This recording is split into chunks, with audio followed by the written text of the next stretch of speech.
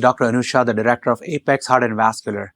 And today I'm going to talk about the top advances in the world of peripheral vascular disease in 2023. 2023 has been a very exciting year in peripheral vascular disease. Our biggest challenge in the world of peripheral vascular disease was lack of data or lack of enough randomized controlled trial.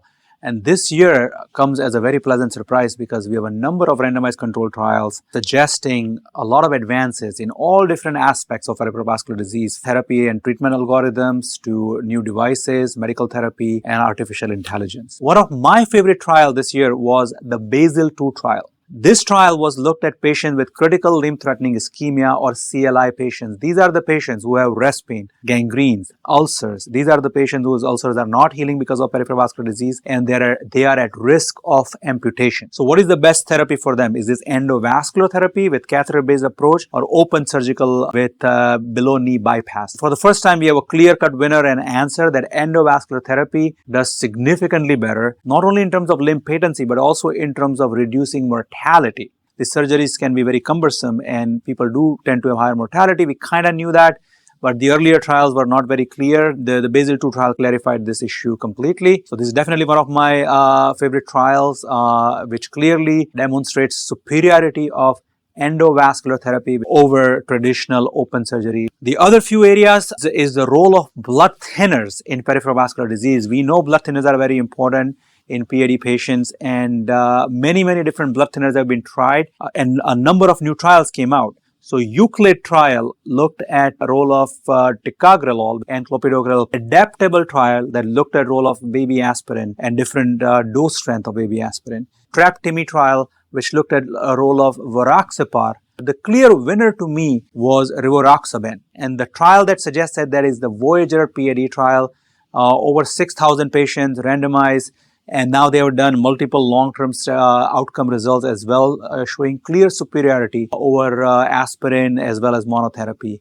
And nowadays we use low-dose rivaroxaban 2.5 milligram twice daily in our patients who are at risk of developing limb events or those who already had a limb event or if they got any kind of intervention. So again, a role of blood thinner in peripheral vascular disease is another area with a number of trials that came out and was phenomenal. Another very interesting area in peripheral vascular disease is the newer therapies and their role in improving symptomatic peripheral vascular disease. And there are two that comes to my mind with randomized control trial being designed. So one of them is the STAR-PAD trial looking at mirabegron, which is a beta-3 receptor agonist. Beta-3 receptor actually can help with vasodilatation. This is a drug currently used in overactive bladder patients, but now we are going to study and see if there is improvement in peripheral vascular disease. Another very interesting agent is APO1 receptor agent, which is an IV infusion, and AEGISIS trial is the one that looking at it. What it does is it reduces cholesterol influx, in turn reduces atherosclerosis and plaque buildup,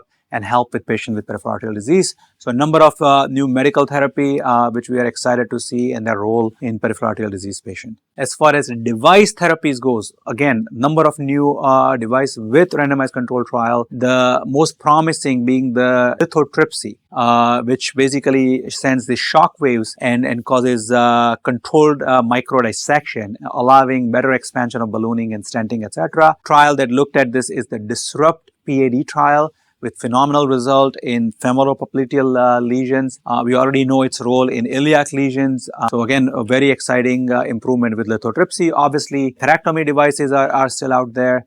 Another very promising device is a spinal cord stimulation to see if that improves vasodilatation and cause improvement in symptoms in peripheral vascular disease. If I have to name the top 3 technologies that I'm excited about, number 1 being artificial intelligence. Artificial intelligence is already playing a role in PAD patients in multiple different ways. Recently, there is an AI software that looks at waveform of the posterior tibial artery. So it's no different than doing simple ABI PVR. Simple waveform of the posterior tibial artery can determine whether somebody has significant PAD or not, comparable to even exercise ABI, etc. Based on a simple waveform, the deep neural network has trained AI to look at this waveform and morphology and determine whether somebody has significant PAD or not. AI is also looking at plaque morphology and determine which plaques are calcific, plaques are fibrofatty, which plaque has thrombus, and what is the best appropriate treatment based on the plaque morphology that AI determines better than naked human eyes. Smart apps. This year there was a randomized controlled trial with the use of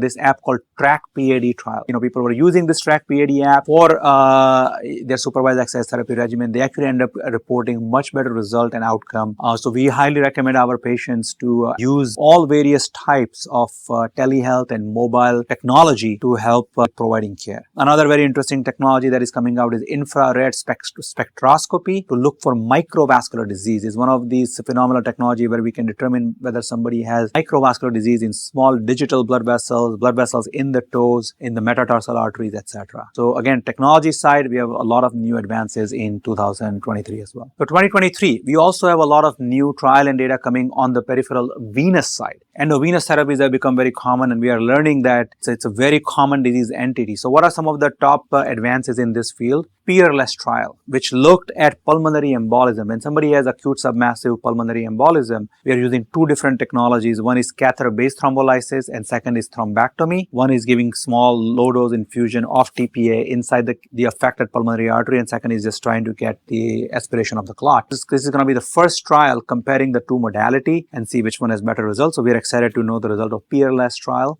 Similarly, on the venous side, we have CAVENT trial, which actually already showed that when somebody has deep vein thrombus, DVT patients, thrombectomy actually has significant benefit in the randomized control trial, CAVENT trial, which showed that long-term symptoms actually improve in these acute DVT patients when we offer them catheter-directed thrombolysis therapy or CDT therapy.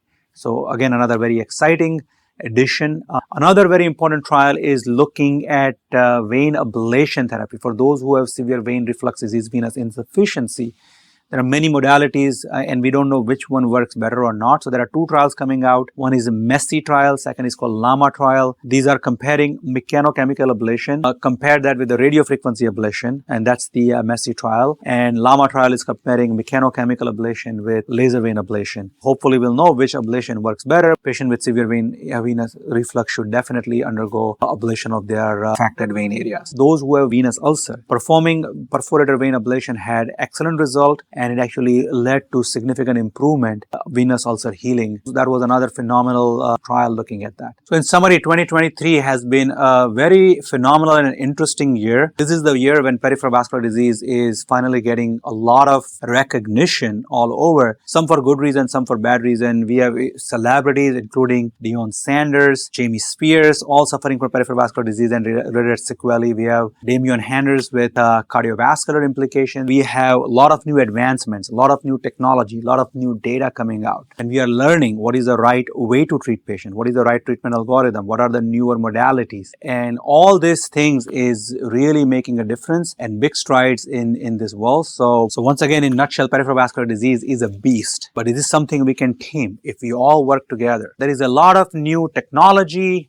data, medications that's coming in our direction. We remain very excited. 2024 is going to be an even better year where we can convincingly and effectively continue to treat our patients with help of all different healthcare providers. So I remain excited and thank you so much for listening to this video.